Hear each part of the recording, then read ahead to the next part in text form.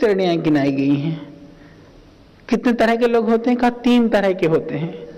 कोई अच्छा काम करना हो तो बोले कैसे लोग होते हैं? बोले प्रारभ्यतेन विघ्न भयेन नीचहि प्रारभ्य विघ्न विहिता विरमन्ति मध्यः विघ्न ही पुनः पुनरपि प्रतिहन्यमानः प्रारभ्य च उत्तम जना न परित्यजन्ति। कहा दुनिया में 3 तरह के लोग होते हैं। एक तो सोचने में लगे रहते हैं, प्लानिंग में, सोचने में, भय में, डर में, आज नहीं, कल नहीं, परसों देखेंगे, आगे देखेंगे, पीछे देखेंगे, इसी सोच में और इसी शोक में डूबे रहते हैं। सोचते सोचते पूरी जिंदगी निकल जाती है, जो करना है वो नहीं कर पाते हैं। उसे देखा जाए तो दुनिया में ऐसों की संख्या ज्यादा है। वो कहते हैं ना, जीवन खत्म हुआ तो जीने का ढंग आया। तो वो वाली जो कहानी है ना, वो सच बात है। कहते हमको ऐसी बुद्धि पहले क्यों नहीं आई? अरे भाई, बुद्धि का समय पर हमने सोचा, आपने सोचने का प्रयास थोड़ी ना किया, करते तो आ जाती। तो वो तो हो प्रारंभ करने की बात।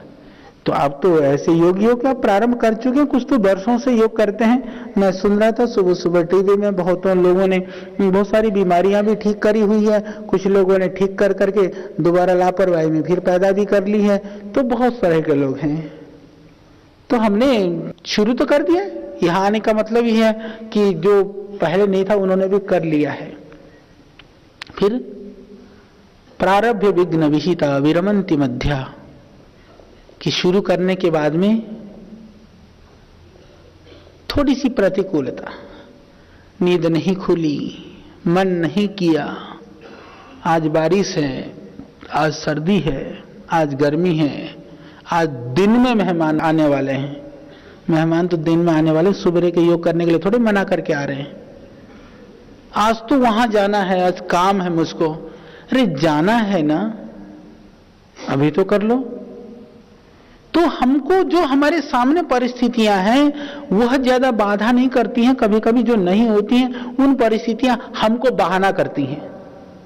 ये भी समझना हमको। जब हम काम नहीं करते हैं, बाधा से कम, बाधा कारण कम है, बहाना कारण ज्यादा है। तो बहाना छोड़ दोगे तो बाधा तो 10% भी नहीं है। तो हम करने लग जाएंगे, मस्ती में करने लग जाएंगे। तो शास्त्र ने कहा, नीति शास्त्रकार कहते हैं, भर्तृहरि महाराज अपने नीति शतक में कहते हैं कि प्रारब्ध विघ्न विहिता विरमन्ति मध्या, बीच में बैठ जाते हैं। पर बोले उत्तम लोग कौन होते हैं? जिनको सबसे श्रेष्ठ किनको माना जा सकता है? विघ्न ही पुनः पुनरपि प्रतिहन्यमानः प्रारभ्य च उत्तम जना न परित्यजन्ति। जो उत्तम लोग होते हैं वहां अनुकूलता प्रतिकूलता माने नहीं रखता है। उन्होंने सोच लिया तो कर करके छोड़ते हैं। ऐसे लोग उत्तम कोटि के होते हैं। यह हर चीज के लिए है, यह हर कार्य के लिए है। आपकी रूटीन की बात हो, आपकी दिनचर्या की बात हो, आपकी योग की बात हो, आपकी जीवन की बात हो, आपकी आचरण की बात हो, आपके व्यवहार की बात हो, हमको वह करने का प्रयास करना है। परंतु बीच में कभी अटक गए तो परेशान नहीं होना। हमको मध्यम कोटि से उत्तम होने का प्रयास करना है, मध्यम से अधम बनने का प्रयास नहीं करना है। इसके लिए भी योग की आवश्यकता है। अच्छा, कोई चीज कहीं रख दी जाए, कोई फल है हमारे पास में, कहीं रख दिया जाए, आप ये बताइए क्या वह फल जैसा है, जितना उसमें रस है, जितना वो रसीला है, जितना वो सुंदर है, वो रखने से क्या उसकी वृद्धि होगी? वृद्धि नहीं होगी, उसका क्षय होएगा। इसका अर्थ क्या है? बिल्कुल सामान्य सी बात है। हम न्यूट्रल हो जाएंगे ना, अपने आप को एकदम न्यूट्रल गियर पर डाल देंगे, फिर हमारी अधोगति ही होगी, उधोगति नहीं हो सकती। देखिए, हमारी ऊर्ध्वगति नहीं हो सकती है, वह अधोगति ही होगी। इसलिए हमको अच्छा बनने के लिए प्रयास करना पड़ता है, खराब बनने के लिए प्रयास नहीं करना पड़ता। वो सहज वृत्ति में ही वो ऐसा हो जाता है। तो हमको उसके लिए प्रयास करना है। तो जब हम ऐसा प्रयास करेंगे, देखिए हताशा खत्म हो गई, निराशा खत्म हो गई, नकारात्मकता को हमने भगा दिया है। दूसरे हमको सुख दुख नहीं दे सकते हैं, क्योंकि हमने सोच लिया कि हमारी ड्यूटी है दूसरे को सुख देना, दूसरा दुख दे दे तो भगवान उसका भला करे, अपने रास्ते पे चलने दो, उसको समझाना है। चलने दो का मतलब उदासीन भी नहीं होना है, हमको समझाना है, सिखाना है, रास्ते पर लाने का प्रयास करना है। यदि कोई नहीं आया तो हमको दुखी भी नहीं होना है। तो उसके बाद में हमको अपने दिनचर्या को भी ठीक करना है, सुबह से शाम तक। तो बताओ, बीमारी बचेगी? जीवन में हताशा निराशा कहीं रहेगी? कुछ रहेगा? कुछ भी जो आपको नहीं चाहिए अपने आप खत्म हो जाएगा, जो चाहिए वो अपने पास आएगा। हमको इसके लिए प्रयास करना है, यही योग है, इसके लिए जीवन है, इसके लिए हमको प्रयास करना है। तो प्रतिदिन आप अपने पास जो कुछ है उसके लिए परमात्मा का धन्यवाद करना, उसके लिए सुख मनाना, सौभाग्य मनाना, उसके लिए आनंद में रहना, उसके लिए प्रसन्न होना, और जो नहीं है उसके लिए प्रयास करना। यही बात शरीर के लिए है, यही बात स्वास्थ्य के लिए है, यही बात रोग के लिए है, यही बात दुनिया के पदार्थ के लिए है, संपत्ति के लिए है, यही बात जीवन के अंदर जो हमको पाना है और जिसको हमको छोड़ना है, दोनों चीज के लिए। तो हमको ये करना है। तो जितने भी आप सब आए हैं, योग के द्वारा क्या हो सकता है ये कहने की आवश्यकता नहीं है। कहने की बात यह है कि आप ये बता दो योग से क्या नहीं हो सकता है। क्योंकि कई बार ऐसा होता है, छोटी छोटी हमारी बातें होती हैं तो हम सोचते हैं कि हमारी वाली बात के विषय में बात बता दी गई तो हमको लगता है कि नहीं अब कुछ समाधान होगा। पर मैं सबका समाधान एक लाइन में ये करता हूं कि योग से क्या नहीं हो सकता है। न तस्य रोगो न जरा न मृत्यु प्राप्तस्य योगाग्निमयम शरीरम। उपनिषदकार कहते हैं हमको चलना कठिन है। सच बताऊं मैं स्वयं भी पूरा नहीं कर पाता हूं योग आदि। क्यों? ये जो प्रपंच है ना, ये दिखाई दे रहा है, ये बड़ा कभी कभी, हालांकि मैं मस्त रहता हूं, कल आग लगनी आज लगता है, चिंता नहीं है, पर चिंता ये हो जाती है कि कोई चीज खराब कर देता है ना कहीं पड़ी पड़ी, ऐसा लगता है कि थोड़ी चिंता होती है। तो दिनचर्या रूटीन, क्योंकि कई बार कई लोग कहते हैं जी आचार्य जी आप तो ब्रह्मचारी हैं, आप तो ऐसे आश्रम में रहते हैं, आप लोगों से बहुत बड़ी गृहस्थी है हमारी। हम कहते चिंता क्यों करते? बोले हम गृहस्थी हैं इसलिए चिंता करते हैं। चिंता करने की ठेकेदारी गृहस्थी में नहीं होती है, वो हमारी प्रवृत्ति में होती है। प्रवृत्ति को ठीक करो तो चिंता दूर होगी। वहां गृहस्थी और ब्रह्मचारी अब बहाने हैं, उनको छोड़िए। हम तनाव युक्त होकर के अपने कर्तव्य से विमुख हो सकते हैं, तनाव मुक्त होकर के अपने कर्तव्यों का निर्वहन सही ढंग से कर सकते हैं। हम कर्तव्य के निर्वहन के नाम पर, जिम्मेदारी को अपने आप को ढोने के नाम पर हम तनाव युक्त होते हैं। तो आप ये समझ लेना, चिंता करने से, तनाव करने से जो मेरे सामने जिम्मेदारियां हैं उनका निर्वहन भी मैं सही ढंग से नहीं कर सकूंगा। इसलिए मुझको तनाव मुक्त होना है। यह आपको योग से सीखना है, इसको सीखिए। तो दुनिया को हम ना बदले, हम अपने आप को बदल सकते हैं, और बदलने की क्षमता कहीं है तो वह योग में है। तो अपनी रूटीन को, अपनी दिनचर्या को ठीक बनाइए। श्रद्धेय स्वामी जी ने, मुझको पता है, सबको किताब दिलवा दी है, हमारा आयुर्वेद सिद्धांत रहस्य, उसमें जो दिनचर्या वाला, जो स्वस्थ वृत्त वाला प्रकरण है, वो किताब वाला भाषण में दे सकता था, आपको सुना देता मैं, पर आप उसको जीवन में उतार लो। सुबह समय पर उठना, सुबह उठना तो अच्छी बात है। तो जब आपको पता है कि अच्छी बात है तो फिर उठ लो मेरे भाई। सुबह आसन प्राणायाम योगासन करना अच्छी बात है तो उसको कर लो। तो जो अच्छी चीजें हैं जितना बन पाए हम जीवन में उनका अनुसरण करें, आचरण करें, तो धीरे धीरे सभी चीजें हमारे अनुकूल होनी शुरू हो जाती हैं। कोई जटिल बीमारियां हैं हाँ, एक बात और आती है, कई लोग कहते हैं, बहुत लोगों की शिकायत होती है, लोग दो शिकायतें और करते हैं। एक तो ये कहते हैं कि जी हम तो बड़े संयम से रहते हैं, हम गलत भी कुछ नहीं करते हैं, हम बीमार क्यों रहते हैं। बोला दूसरा देखो, वो अनशन, उसको कुछ लेना देना नहीं, बोला अनशन खाता भी है, उल्टे सीधे काम भी करता है, बड़े बड़े बोले उल्टे सीधे काम करने वाले बड़े मौज में रहते हैं, और बोले हम कुछ नहीं करते, बोले हम दुखी रहते हैं। बड़ी विकट समस्या है। समस्या तो जेन्युइन सी लगती होगी, सबको लगती है ऐसी तो। क्यों मैंने शुरू में यही बात कही ना, हम गलत हैं, हमको किसको लगता है,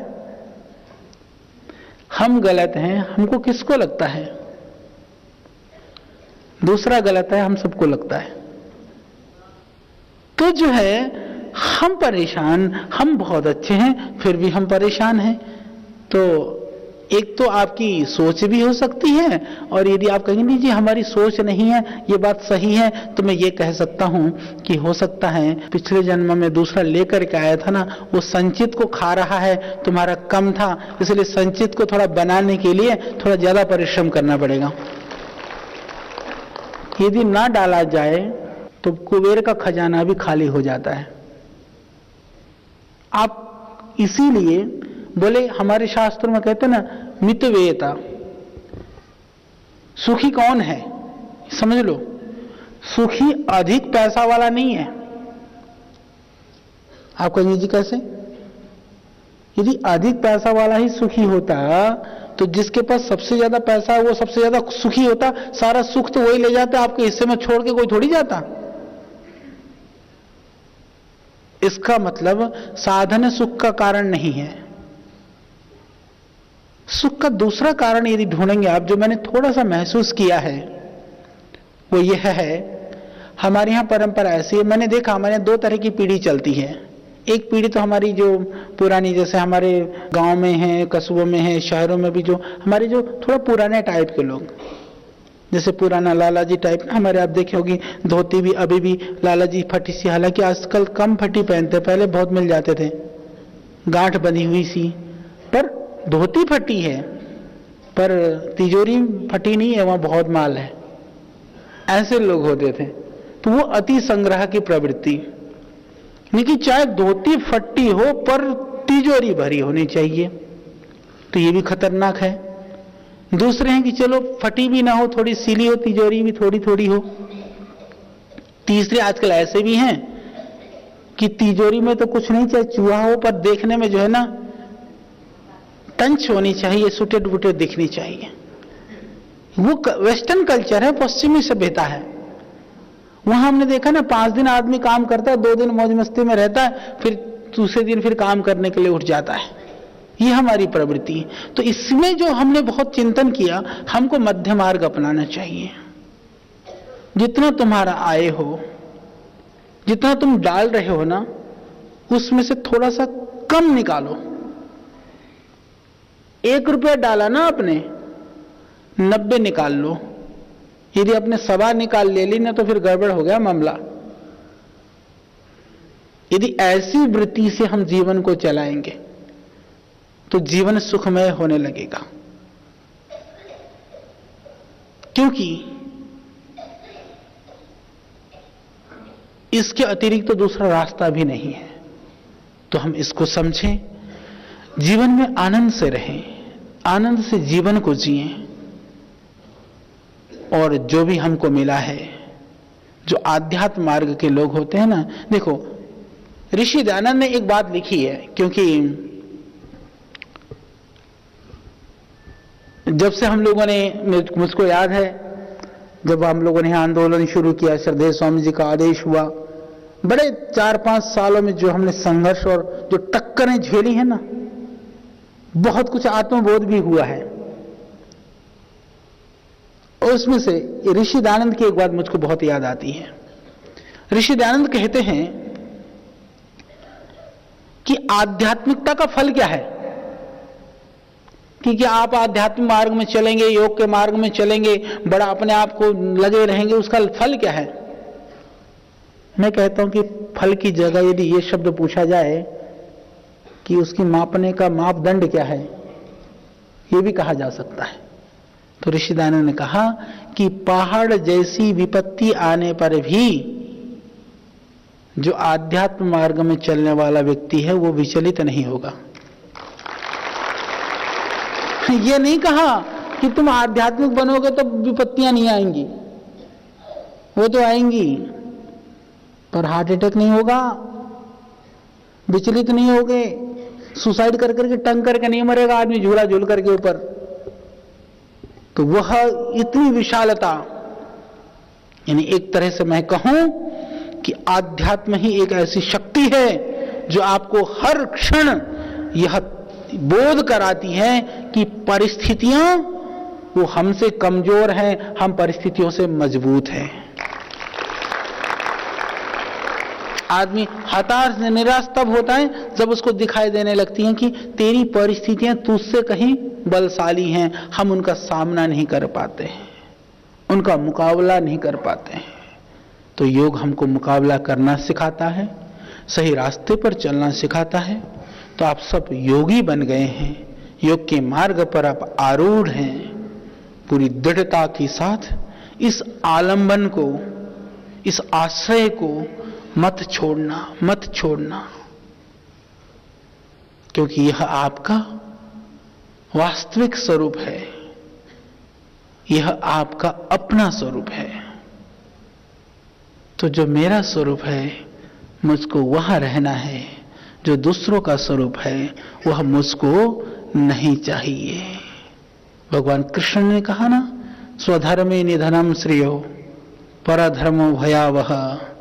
क्या है यह स्वधर्म?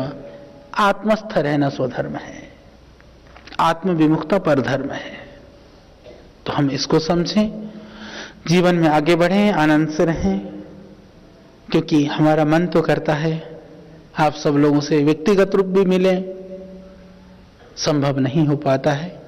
विविध जगहों से, विविध स्थानों से, बहुत सारी भावनाओं को लेकर के, संकल्प को लेकर के, संवेदनाओं को लेकर के, श्रद्धा को लेकर के, भक्ति को लेकर के, निष्ठा को लेकर के, समर्पण को लेकर के आप यहां पर आए हैं। आपकी निष्ठा, भक्ति, श्रद्धा, समर्पण को भी हमारा प्रणाम। और जो अपने आप को ठीक करने के लिए, अपने आप को रोग मुक्त करने के लिए आए हैं, उसके लिए भी भगवान आपकी इच्छा को अवश्य पूर्ण करेंगे। हताश ना हो, निराश ना हो, आप लगे रहिए।